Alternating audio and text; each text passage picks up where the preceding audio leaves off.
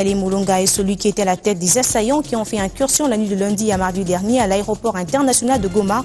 Mis aux arrêts, ils ont été présentés à la presse le jeudi dernier en présence du gouverneur Julien Paluku.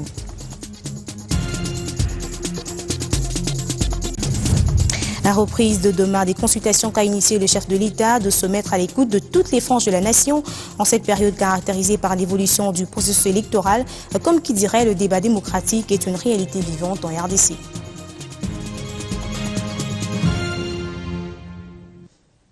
Bienvenue à tous. Avant de poursuivre cette édition, le commandant adjoint de la MONUSCO, le général Jean Bayeux, a lancé ce dimanche un appel aux forces de résistance patriotique de l'Ituri, encore sous l'emprise de leur chef, à déposer les armes et à se rendre volontairement à la mission onusienne.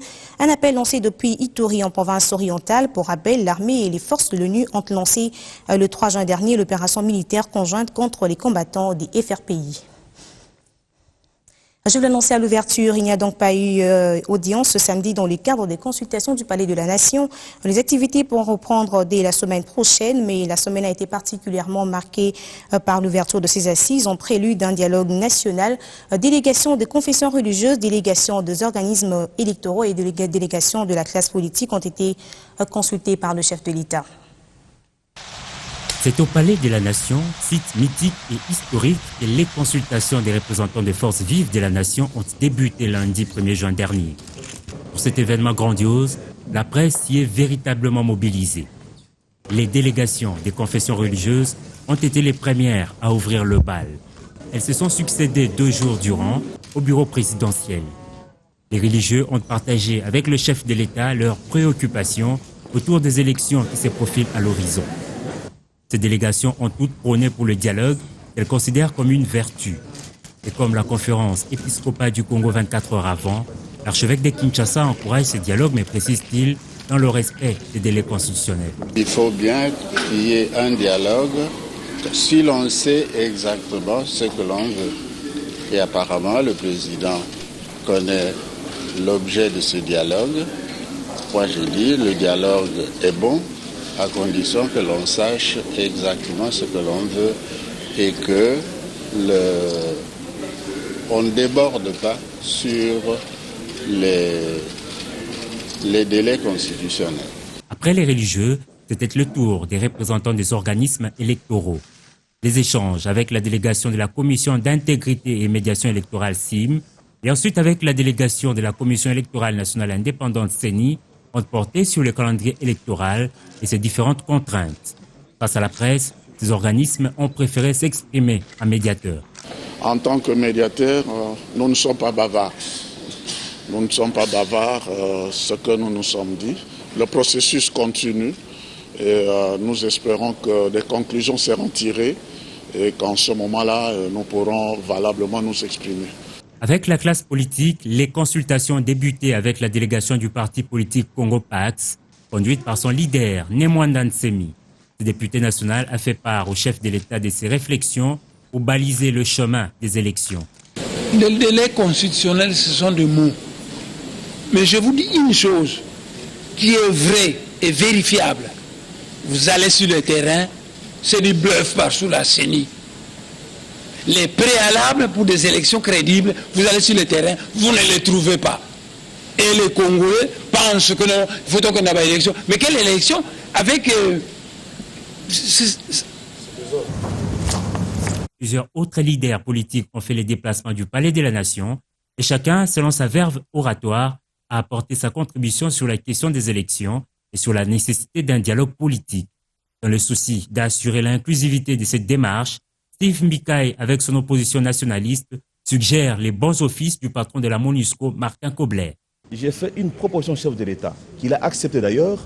Je lui ai demandé de confier une mission de bons offices à M. Kobler pour qu'il puisse contacter tous les opposants, discuter avec eux pour les ramener tous dans le processus. Parce que si un grand nombre d'opposants est dehors, ça sera les concertations bis. Le Conseil de sécurité demande à M. Kobler de promouvoir, de mettre ses bons offices à la disposition de toutes les parties prenantes pour faire en sorte que la voie aux élections soit balisée.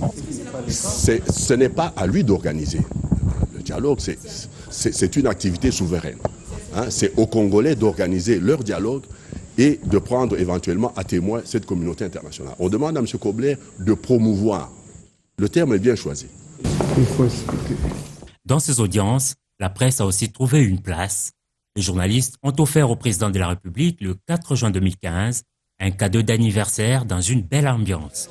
Après une trêve de ce week-end, les audiences pourront reprendre la semaine prochaine au Palais de la Nation. En visite en RDC, Tom Malinowski, le secrétaire d'État adjoint à la démocratie, aux droits de l'homme et au travail des États-Unis, a fait savoir que son pays était favorable à la tenue d'un dialogue national et a exprimé son souhait sur la reprise d'une franche collaboration entre les FARDC et la MONUSCO afin de mettre fin aux différents rebelles sévissant dans le territoire congolais. La terrasse de la résidence de l'ambassadeur des États-Unis en RDC, transformée en un cadre d'échange entre la presse et les secrétaires d'État adjoints à la démocratie, aux droits de l'homme et au travail. Au menu de cette rencontre, la situation politique, sécuritaire et sociale en RDC.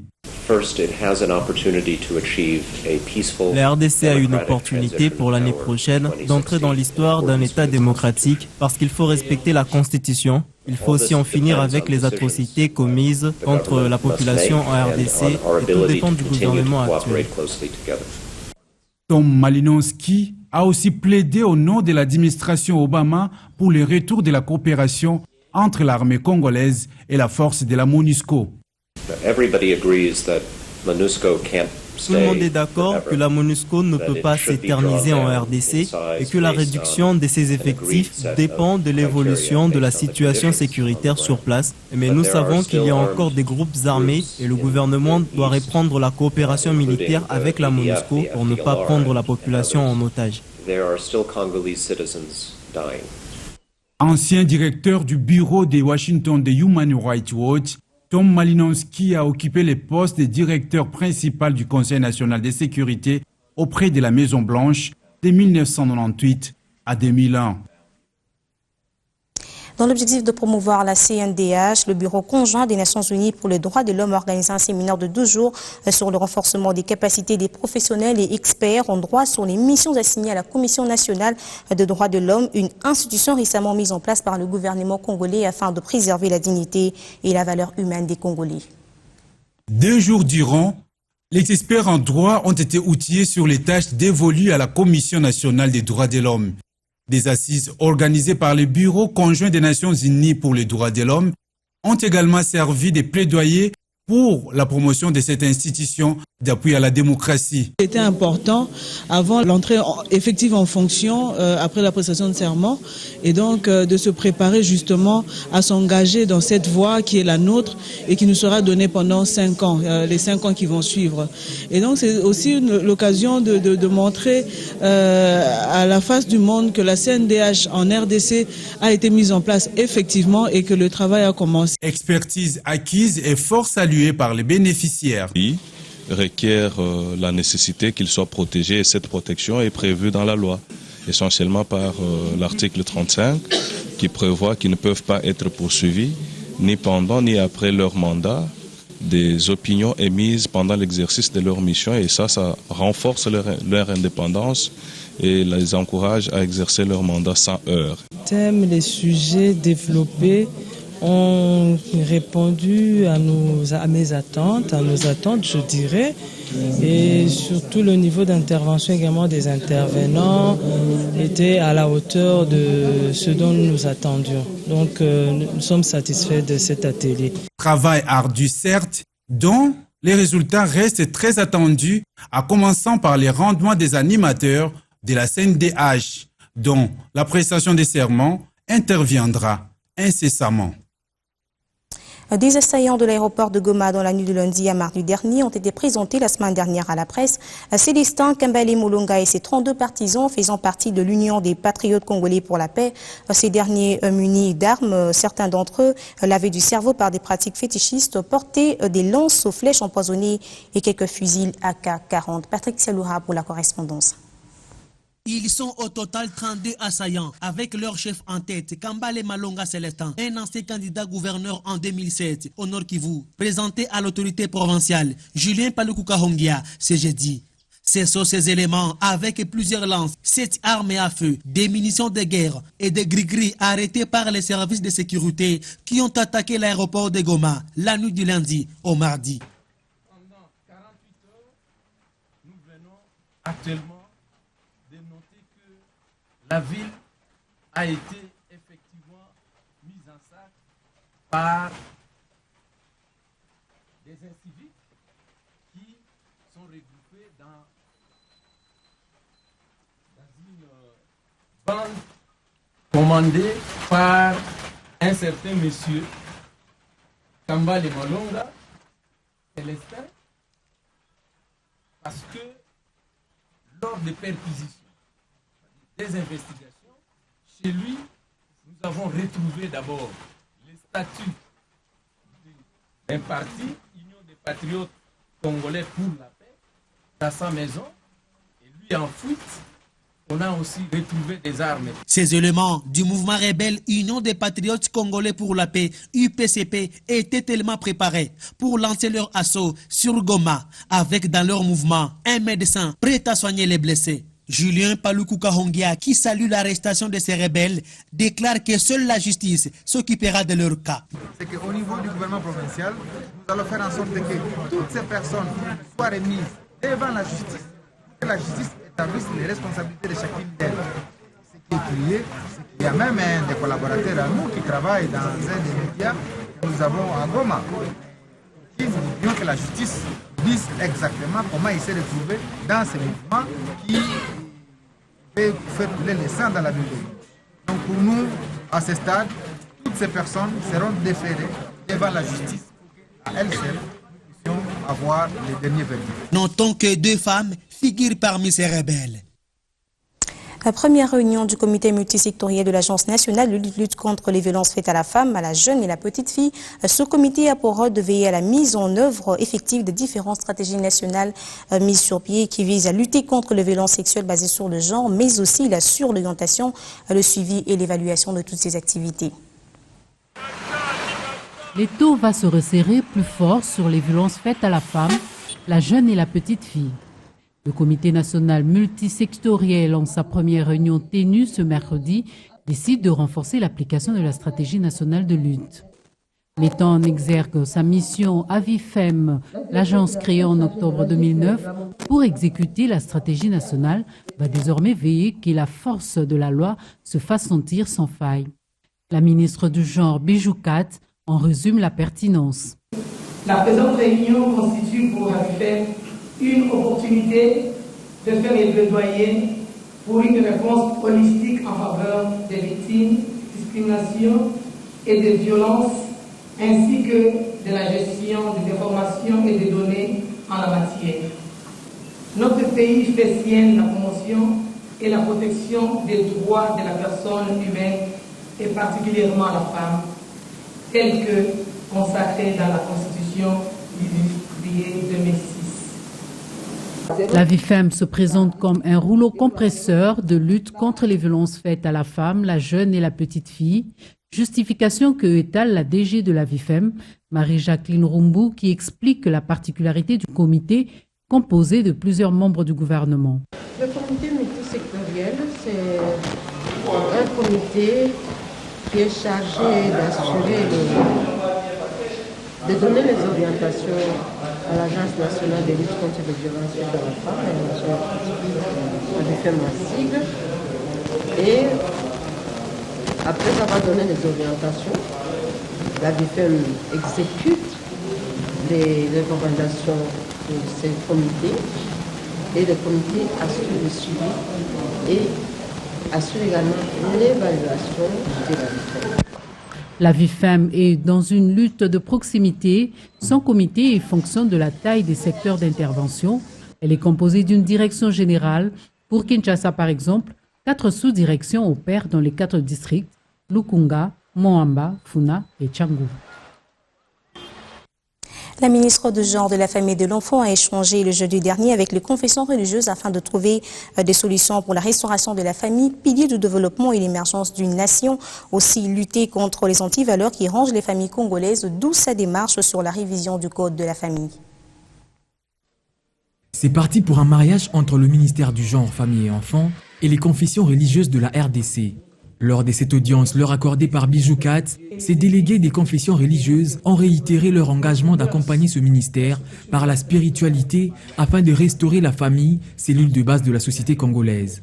Il était nécessaire de créer un cadre de concertation entre les églises et les ministères, positiver les mentalités par rapport aux fléaux qui minent la famille dans notre pays. Et par rapport à ça, les églises avaient pris une déclaration pour dire qu'ils voudraient vraiment travailler pour combattre tous ces fléaux. Sachant cette responsabilité-là, nous devons être capables de nous surmonter et de faire en sorte que nous puissions maintenant faire l'opération retour, c'est-à-dire ceux-là qui sont dans la rue, qu'on fasse tout pour les recadrer ou pour les encadrer et pour les mettre dans leur milieu naturel qui est la femme, la famille. Occasion pour Bijou Kat de les imprégner du sens de sa démarche axée sur la révision du code de la famille en vue d'intégrer certains éléments afin de lutter contre toutes les formes de violences basées sur le genre. À en croire ces hommes religieux, seul le respect des lois établies et des principes spirituels sont les gages d'une société harmonieuse. Et puis remise de kits d'accouchement composés d'un lit d'accouchement, des équipements médecins et quelques médicaments aux élus des deux chambres du Parlement par le ministre de la Santé le jeudi dernier. Ce sont les deux vice-présidents de deux chambres qui ont réceptionné ces kits. L'accélération des objectifs de développement 4 et 5, qui consiste à réduire le taux de mortalité maternelle et infantile, demeure un souci majeur pour le gouvernement. Ce jeudi, au Parlement, le ministre de la Santé publique a, au nom du gouvernement, remis aux députés et sénateurs un kit d'accouchement composé d'un lit d'accouchement, des équipements pour médecins et des médicaments. Le deuxième vice-président de l'Assemblée nationale a réceptionné 500 kits et celui du Sénat 108 kits. Les deux chambres ont été sensibilisées à s'investir davantage dans la lutte contre la mortalité de la mère et de l'enfant.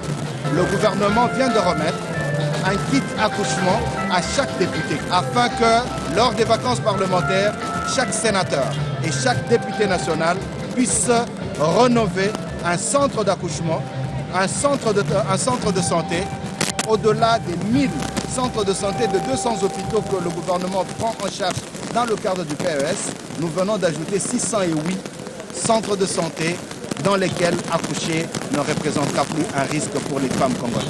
Ces parlementaires devront distribuer ces kits dans leurs bases respectives. Je suis élue nationale, je connais les conditions dans lesquelles les femmes accouchent dans nos villages.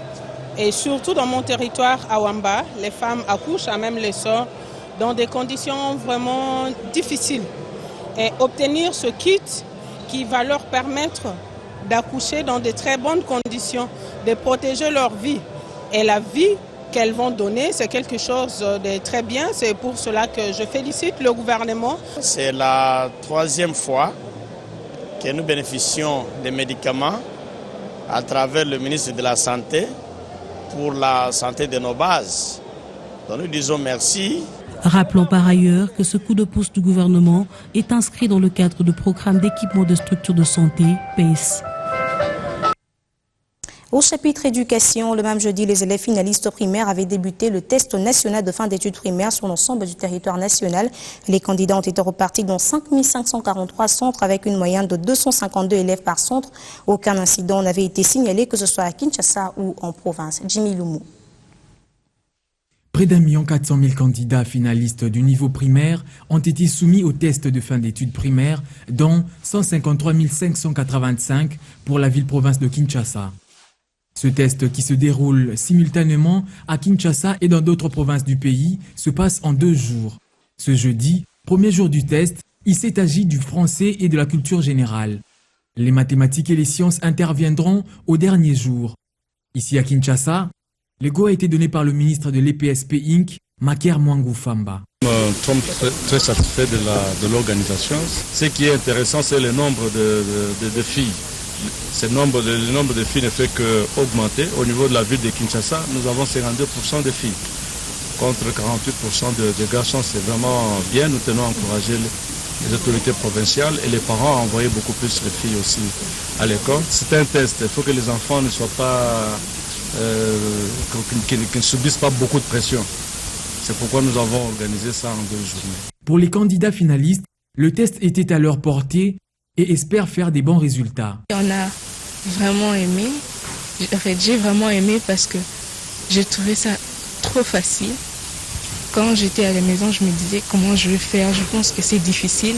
Dès que j'arrive, je pense que je veux vomir. Je ne sais pas trop comment je vais m'y prendre. Mais quand j'ai lu tous les items, j'ai trouvé que c'était vraiment facile.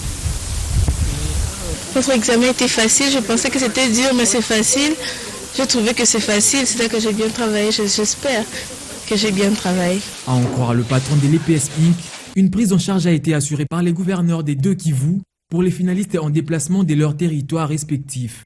Et une session spéciale sera organisée pour les finalistes habitant les zones difficiles à atteindre. Parlons environnement, c'est par un geste vert que les éco-citoyens ont célébré la journée mondiale de l'environnement le 5 juin dernier. À cet effet, l'ONG Logos Premier de la commune de Kintambo et autres partenaires ont procédé à la plantation d'arbres, une action salvatrice pour la survie de la planète. C'est un geste simple qui ne dure que quelques minutes, mais très significatif pour la survie de la planète. La plantation des arbres, devoir écologique retenu par l'ONG Logos Premier, la commune de Kintambo et autres partenaires au développement pour célébrer la journée mondiale de l'environnement. Journée placée sous le signe des villes vertes, un plan pour la planète. Nous disons un plan pour la planète. Aujourd'hui, on crie au changement climatique, réchauffement climatique, c'est parce qu'on a coupé les arbres et on n'a pas pensé à reboiser. Parce que quand on reboise, quand il y a un arbre, c'est l'arbre qui absorbe toutes les pollutions. Donc, tous les gaz qu'on essaie de polluer, c'est l'arbre, j'appelle toujours l'arbre le laboratoire. Parmi les communes écologiques, Kintambo est une municipalité qui n'attend pas seulement bénéficier des bienfaits de la nature, mais la respecte aussi pour sa survie. Plus de 3000 arbres ont déjà été plantés, une verdure qui n'est plus à démontrer. Nous reboisons, nous contrôlons et où nous avons interdit tout abattage d'arbres sur la voie publique, mais aussi dans les parcelles des personnes. Et j'ai pris une décision, toute personne qui s'activera à ce genre d'activité, écoutez, ça sera des peines d'amende très fortes, et même d'interpellation, je veux dire, parce que vous savez que lorsqu'on abat beaucoup d'arbres, certaines personnes arrivent à assimiler ça à un crime contre l'humanité. Et pour éviter les dettes écologiques aux générations futures, les gouvernements provinciaux s'y emploient avec une politique environnementale bien taillée. Dans la ville, l'exécutif provincial a poussé même ses actions jusqu'à aller aux écoles vertes définies EVA, pour que même dans nos écoles, les enfants apprennent à planter les arbres. Vous savez que la désertification a amené beaucoup de problèmes dans la ville ou dans le monde en général. Et les arbres ont un rôle important, rien que seulement pour capter déjà tout ce qui est comme gaz carbonique, pour nous donner de l'oxygène, pour que nous ayons de la vie. Une scénette a fait partie du menu pour interpeller la population. Ne pas couper l'arbre était la maîtresse phrase de cette pièce. La gestion de l'environnement, matière vitale pour la planète. Et puis la campagne de conscience d'éveil patriotique Bissau continue d'élargir ses partenaires. Le gouverneur de la ville-province de Kinshasa a reçu en audience l'initiateur, l'ambassadeur Jean-Pierre Moutamba et sa suite, qui sont allés faire part de ce vaste projet qui prend de plus en plus corps. André Kimbuta s'est dit très ouvert et a apprécié à sa juste valeur la substance de cette campagne et a par ailleurs promis de s'impliquer pour une plus large diffusion. La campagne Bissau étend ses tentacules. C'est ce qui justifie cette rencontre entre le gouverneur de la ville-province de Kinshasa et le comité restreint de Bissau. Ce mouvement fédérateur a trouvé un interlocuteur bien renseigné qui, à son détour, épousait le concept. Pour le premier citoyen de la ville, cette démarche rencontre la priorité de son gouvernement. C'est tout ce que j'attendais depuis 2007. Il y a un grand chantier dans notre pays qui est plus important, ou bien, disons mieux, aussi important que tous les autres chantiers. C'est la mentalité que nous devons absolument changer. Alors, l'action de Bissau est combinée. Non seulement ils veulent que leur ville Kinshasa, que notre ville Kinshasa soit propre, parce que vous savez que j'ai toujours dit, la propreté soigne l'être humain et la saleté tue. En plus, il y a cette grande sensibilisation citoyenne. Pour André Kimbuta Yango, l'action citoyenne de Bissau est salvatrice pour un Congo à l'heure de la reconstruction des mentalités. Faire connaître aux Kinois et Kouinois à travers la ville de Kinshasa, toute la République, leurs droits, leurs obligations. Et cette sensibilisation va aider les Kinois à discerner le bon du mal, va aider les Kinois à poser le vrai geste, le geste propre. Un déchet, on les jette dans une poubelle. Et c'est cette gestion de proximité qui nous est très chère. C'est pourquoi je dis la ville va accompagner et Kimbuta va s'impliquer. Mais c'est leur initiative. À tout seigneur, tout honneur. Il fallait bien trouver du répondant d'abord dans sa propre ville avant d'aller plus loin. Ainsi, c'est au tour de Bilokona Bissau, thème retenu pour Bissau 2015, que vont s'inscrire les différents programmes. Ouverture le mardi dernier à la Halle de la Gombe de la 2e édition du Festival du cinéma au féminin. Au menu de cette première journée, la projection de 2 films. Le premier dénommé Chibao qui retrace l'infidélité d'une femme envers son époux, réalisé par des cinéastes congolais et des étoiles. Et le second film réalisé par des producteurs ouest-africains et italiens. Elles sont jeunes, talentueuses, ces femmes passionnées du cinéma. Elles veulent véhiculer plusieurs messages sur la femme africaine en général et congolaise en particulier. Aussi, le lancement de cette 2e édition du Festival du cinéma au féminin 2015, 9 en sigle, est une grande opportunité que Maître Marilyn Yema, marraine de la structure, pense qu'il conviendrait capitaliser pour le développement de l'industrie du cinéma africain. Moi, je les accompagnerai toujours parce que je crois en elles. Elles sont bourrées de talent et je crois que leur travail mérite d'être montré. Elles ne montrent pas seulement leur travail, mais elles offrent aussi au public quinois l'opportunité de voir le travail qui est fait à l'extérieur par des cinéastes non seulement féminins, mais même masculins. Mais c'est une initiative des femmes et je crois qu'il est important de soutenir ça. Et moi, je soutiendrai jusqu'au bout. Et ça veut dire que jusqu'à ce que je pourrai. Voilà. L'ambassadeur de France, qui est un grand partenaire de ce projet, a à travers son ambassade estimé que le cinéma féminin est un grand pas pour casser le musellement de la femme. Il y a une association des femmes congolaises cinéastes qui est très dynamique, très entreprenante, qui sait braver les difficultés, ce qui montre une fois encore que la femme congolaise a une grande énergie dans tous les domaines. Et donc elles ont montré l'exemple, elles ont montré le chemin, elles se sont battues, on les a soutenues pour les premières éditions de ce festival. Et je crois que ça en valait la peine parce que ça vaut la peine de mettre justement en exergue ou en lumière, c'est le cas de le dire, l'effort qui est fait par les femmes qui sont passionnées de cinéma. Plusieurs autres actrices cinéastes étrangères sont invitées à prendre part à ces activités, entre autres l'actrice Mata Gabin, venue de la France, et la star nigériane Omotola Jalade. Quant à la coordinatrice de cette structure, le démarrage de cette 2e édition est un pari gagné. Je fais ouf parce que ça a démarré. Quand ça n'a pas encore démarré, on a peur, on se demande comment ça va se passer. Maintenant, ça a démarré et les gens, il y a eu quand même beaucoup de gens. Et le public était content de voir les 2 films. Omotola, c'est une grande dame d'abord. Et c'est toujours bien d'inviter des grandes dames dans le festival parce que ça permet une grande vision. Notons que pour cette 2e édition qui va du 2 au 6 juin, couvre plusieurs projections de films dans des différents endroits, notamment le Centre Wallonie-Bruxelles, Institut français de la Halle de la Gombe, la place commerciale de l'Immété 7e rue, où le public est convié à la rencontre de réalisatrices et actrices pour des échanges culturels et se procurer les DVD de films féminins. Et les ancêtres aussi en ont mangé. En sport, avant de nous séparer, l'ASV Club est éliminé de la Coupe de la CAF devant le stade malien de Bamako. À Kinshasa, au stade Père Raphaël de la Kitule, lors du match aller à Bamako, les Congolais avaient perdu par 2-0. Les 2 buts maliens ont pesé dans la balance au match à retour. Merci de rester branchés au programme de BUN Télévision.